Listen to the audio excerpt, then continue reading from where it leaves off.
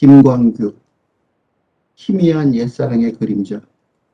살과 나던의 새밑 우리는 오후 5시에 만나 반갑게 악수를 나누고 불도 없이 차가운 방에 앉아 하얀 입김을 뿜으며 열띤 토론을 벌였다. 어리석게도 우리는 무엇인가를, 정치와는 전혀 관계없는 무엇인가를 위해서 살리라 믿었던 것이다. 결론 없는 모임을 끝낸 밤, 해화동 로우터리에서 대포를 마시며 사랑과 아르바이트와 병역 문제 때문에 우리는 때묻지 않은 고민을 했고, 아무도 귀 기울이지 않는 노래를, 누구도 흉내낼 수 없는 노래를 저마다 목청껏 불렀다. 돈을 받지 않고 부르는 노래는 겨울밤 하늘로 올라가 별똥별이 되어 떨어졌다. 그로부터 18년 오랜만에 우리는 무엇인가가 되어 혁명이 두려운 기성세대가 되어 넥타이를 메고 다시 모였다. 회비를 10,000원씩 걷고 처자식들의 안부를 나누고 월급이 얼마인가 서로 물었다. 치솟는 물가를 걱정하며 즐겁게 세상을 개탄하고 익숙하게 목소리를 낮추어 떠도는 이야기를 주고받았다. 모두가 살기 위해서 살고 있었다. 이젠 아무도 노래를 부르지 않았다. 적잖은 술과 비싼 안주를 남긴 채 우리는 달라진 전화번호를 적고 헤어졌다. 며치서는 포크를 하러 갔고, 며치서는 춤을 추러 갔고, 며치서는 허전하게 동순동길을 걸었다. 돌돌 마른 달력을 소중하게 베끼고 오랜 방황 끝에 되돌아온 곳, 우리의 옛 사랑이 피 흘린 곳에 낯선 건물들 수상하게 들어섰고 플라타나스 가로수들은 여전히 제자리에 서서 아직도 남아있는 몇 개의 마른 잎 흔들며 우리의 고개를 떨구게 했다. 부끄럽지 않은가? 부끄럽지 않은가? 바람의 속삭임 귓전으로 흘리며 우리는 짐짓 중년기의 건강을 얘기했고 또 한 발짝 깊숙이 늪으로 발을 옮겼다. 이 시를 끝까지 읽은 이유는 여기에요. 여기가 현실이죠. 그로부터 18년 오랜만에 우리는 모두 무엇인가 되어 혁명이 두려운 기성세대가 되어 넥타이를 메고 다시 모였다. 4.19 혁명이 1960년에 일어났으니까 1978년도에 쓴 시죠. 18년. 그러니까 이게 지금 이게 혁명 때 쓴 게 아니라 혁명이 무슨 소리인지 모르고 혁명이 너무 무서웠어요. 그래서 그 혁명 때는 혁명의 의미를 몰랐어요. 그래서 혁명을 말할 수가 없었던 거죠. 그러니까 혁명이 두려운 기성세대가 돼요. 일환이 된 거죠. 시인도 그 중에 한 명이죠. 시인은 화자인 거예요. 혁명이 두려운 혁명세대가 되어 혁명을 다시 보는 거죠. 혁명을 드디어 말할 수 있게 된 거예요. 18년이라는 게 문학적 거리감이죠. 그러니까 자기의 이야기를 글로 쓸 때 여러분들이 예를 들면 굉장히 어려운 일을 겪었어요. 예를 들면 누군가 가까운 사람의 죽음이랄까 사랑의 상실이랄까 그걸 쓸 때 그거를 글로 쓰고 싶지만 안 써지는 경우가 많을 거예요. 왜냐하면 이거는 그런 거리감이 필요해요. 그러니까 이 현실만을 노래하는 기록이 아니라 그거를 재조직하는 과정이기 때문에 문학적 디스턴스가 필요해요. 그 디스턴스가 필요했기 때문에 그때는 감당할 수가 없었던 거죠. 디스턴스가 필요한 시간이 1918년이고 그래서 1978년이 돼서야 이 시를 쓸 수 있었던 거죠. 그런데 그때 서서 다시 혁명을 노래하는 거예요. 그때 서서 드디어 혁명을 말할 수 있게 된 거죠. 그런데 왜 말할 수 있게 됐냐면 그 혁명은 이미 4.19 혁명은 5.16에서 무너져서 1978년 박정희의 군사 독재가 한참인 시절이죠. 한참 번성하던 시절이고 강력하던 시절이에요. 그러니까 혁명을 노래할 수 있는 시절이 아니죠. 그러니까 기성세대가 되어서 혁명을 두려워하고 혁명을 이제 더 이상 모른 척하는 그런 시대가 돼서 그렇지만 아이러니하게도 이 시대가 되어야 이런 거리감이 생기고 나니까 혁명을 두려워하는 그러지만 바로 혁명을 노래하는 거죠. 지금 이 순간 노래하고 있는 거예요. 혁명은 지나간 역사로 노래하는 거죠. 그래서 혁명을 두려워한 기성세대가 되어 드디어 혁명을 노래할 수 있게 된 거죠. 제목이 보면 희미한 옛사랑의 그림자예요. 유행가 가사 같죠. 유행가 가사 같은 그 제목을 쓴 이유는 바로 이때, 이 순간에 썼기 때문에 그래요. 그러니까 나는 희미한 옛사랑으로만 혁명을 볼 수밖에 없었던 거죠. 그리고 돌이켜 생각해 보는 거예요. 왜 4.19 혁명은, 학생혁명은 왜 실패했을까? 4.19 혁명이요.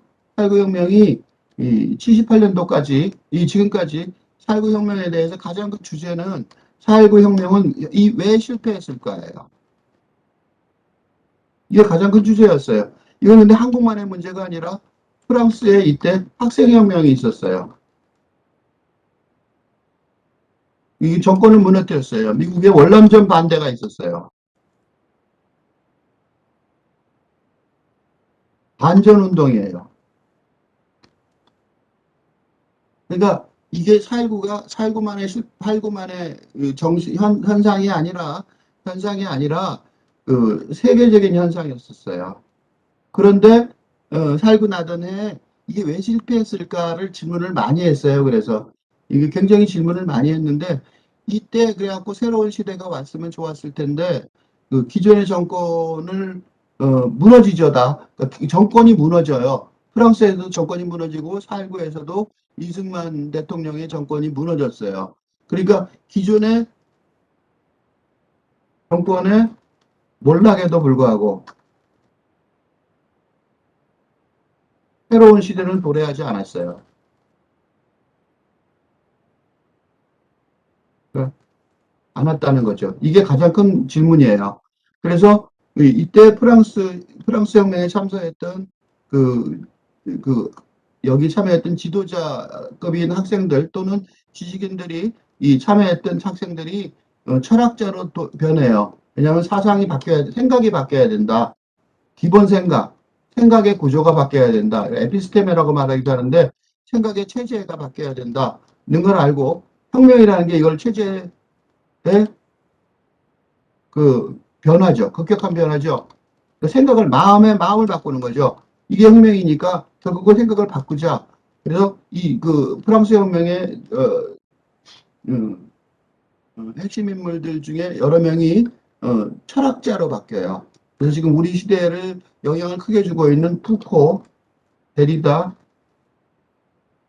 등 프랑스 철학자들, 지금 시대의 그 탈근대 시대 철학자, 탈근대 철학자들, 탈근대라는 건 근대 정권의 몰락이니까 탈근대 철학자들, 탈근대 철학자들이 이게 근대 기존 근대적 정권에도 몰락이니까 탈근대 철학자들이 지금 탈근대 프랑스 철학자들이죠. 프랑스 사람들이 도서관으로 돌아갔으니까 그렇게 돼요. 이걸 왜 얘기하냐면 여기 실패한 내용들이 계속 나오기 때문에 뭐라 그럴까 그 배경 지식으로 내가 설명을 했어요.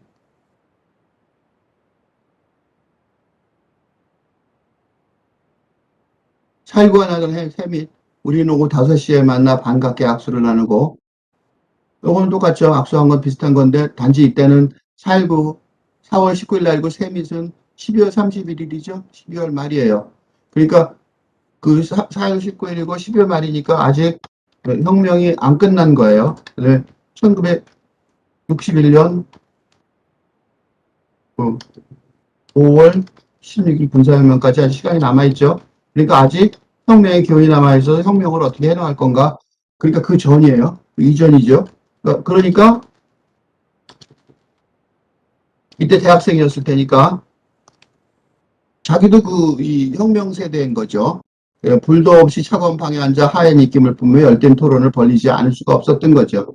그러니까 이거는 본인들의 자의식을 가지고 자른 게 아니라 시대적 영향을 받고 버린 거죠. 그런데 그때 어리석게도 우리는 무엇인가를, 정치와 관계없는 무엇인가를 위해서 살리라 믿었던 것이지. 내가 혁명에 투신을 할 것인가 하고 토론을 했는데 어, 그 혁명에 투신을 해서 내가 할 수 있는 그런 사정은 아니다. 나는 그런 인물은 아니다. 라고 생각했던 것이죠. 근데 이건 비겁하다고 말할 수 없어요. 왜 그러냐면 이 살구가 나던 해, 이 프랑스도 마찬가지도 다 실패해서 대안이 없었기 때문에 어쩔 수가 없는 거죠. 그래서 결론도 없이 모임을 끝낸 밤. 그러니까 앞으로 갈 길이 없으니까 해화동 로또에서 막걸리 대포죠. 그래서 자신의 사랑과 아르바이트와 병역 문제 이런 걸 얘기한 거예요. 근데 이거는 비난할 수가 없어요. 이거는 그 청춘에 때묻지 않은 고민이죠. 아직 때묻어서 어른이 돼갖고 그런 고민이 아니죠.